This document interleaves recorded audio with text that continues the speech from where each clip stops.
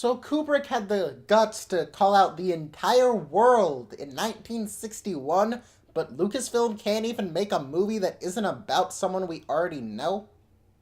Really?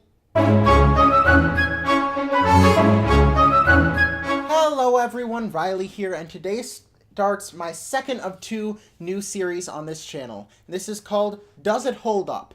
And in this series, I'm going to be looking at older movies that I had not seen previously, as I'm only 18, and there are a lot of older movies that I just haven't had the ability to see.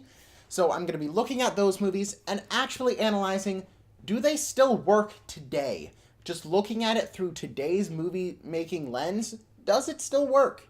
So, my first movie is going to be Dr. Strangelove, or How I Learned to Stop Worrying and Love the Bomb. Now, Dr. Strangelove is a simulated version of the Cold War, and it's kind of a commentary on how the Cold War is kind of ruining everything. And it's very fascinating in the way that it actually just is very on the nose, yet subtle at the same time, and it walks that line very, very well. And overall, the best part about this movie is the tone and the atmosphere that it makes. It is one of the most stressful movies I've ever seen in my life, because you just know the impending doom of what is going to happen. You can tell from the start what is going to happen, and you are just desperately holding on to any grasp of hope that that might not happen. And every scene ekes you slightly closer, and then brings you slightly farther away, but then closer in a different way than further away in others, and it's brilliant. It really gets the stakes, and you feel the tension. You can cut through the tension like a knife throughout this entire movie, even though it's kind of whimsical at any given moment.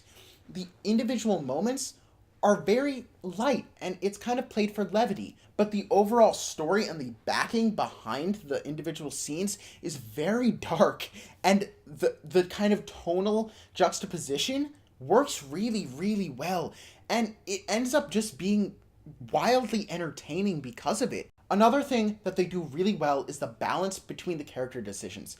Now, pretty much there's a dramatic irony going on where you can kind of tell what's going on, and you have slightly more information than the characters do.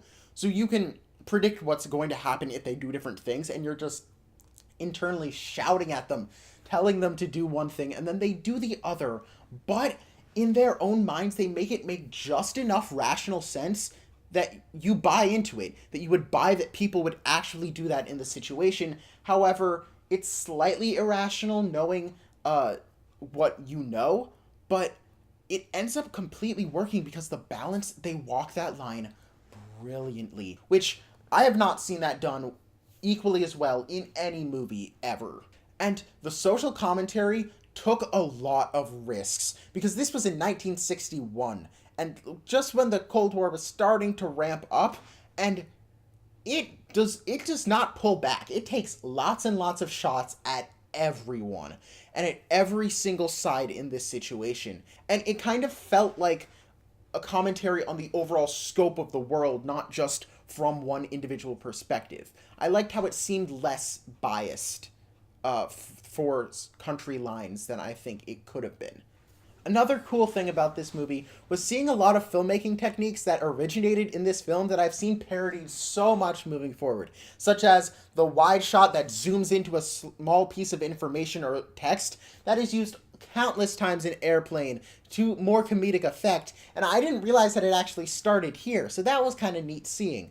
And also the hard cuts that they use, I didn't actually realize that a lot of the way that people end up using hard cuts for comedic effect kind of may have come from this film, which that was just nice seeing, as I just found that interesting. Now, even though the characters were slightly underdeveloped, it didn't really matter, because you knew them well enough, the acting was strong enough that you got a sense of their personalities, and ultimately it wasn't really about the characters. It was about the event and what was happening, and I haven't really seen that done that much until Dunkirk came out, which I think that the two of them have kind of the similar way where the characters aren't really that important, but the actual event and the tone and the feeling of it is what matters. And the end is almost great. The actual plan that they're talking about at the end is frightening, because if you look at it from kind of a diluted, demented kind of way, it actually kind of makes sense from their perspective. And it's frightening because if you just step back and think, oh my god, that's what they're going to do, it's just fascinating how just completely insane it is, yet they slightly justify their motivations enough that you just feel disheartened that this is actually a possibility in our society because of the irrational way that the people were actually thinking during the Cold War. However, the end is my biggest complaint, and it is with the titular character, Dr. Strangelove. Now, I get what they were going for with him. I get the parallels that they were making. I get the commentary they were making. And I got all of that in the first scene. And in the first Freudian slip that he made in the last scene. But then they just keep going, and keep going, and keep going, and going, and going, and going, and going, and going, and going, until they're just beating you over the head with it, and you're like, no, you didn't, I understood it. You don't need to keep doing that. It lost all of the cleverness and all of the subtlety, even though it was slightly on the nose, it lost the other balancing subtle aspects of it throughout the entire rest of the movie had, so you just ended up feeling like talked down to, and it just didn't work. And it was disappointing because like the movie was so great up till that point, and that one segment, that one conversation was just not good at all. Even though the end shot or two were brilliant, that was I could have lost that part.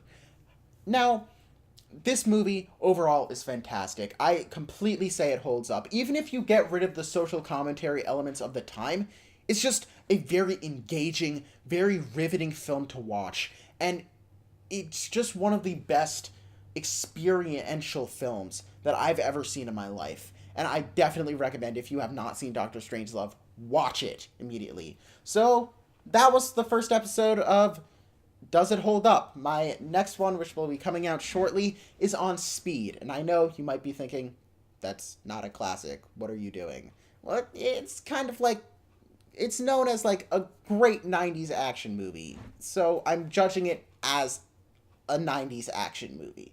So if you like this video, drop a like down below. And don't forget to subscribe. And as always, thanks for watching.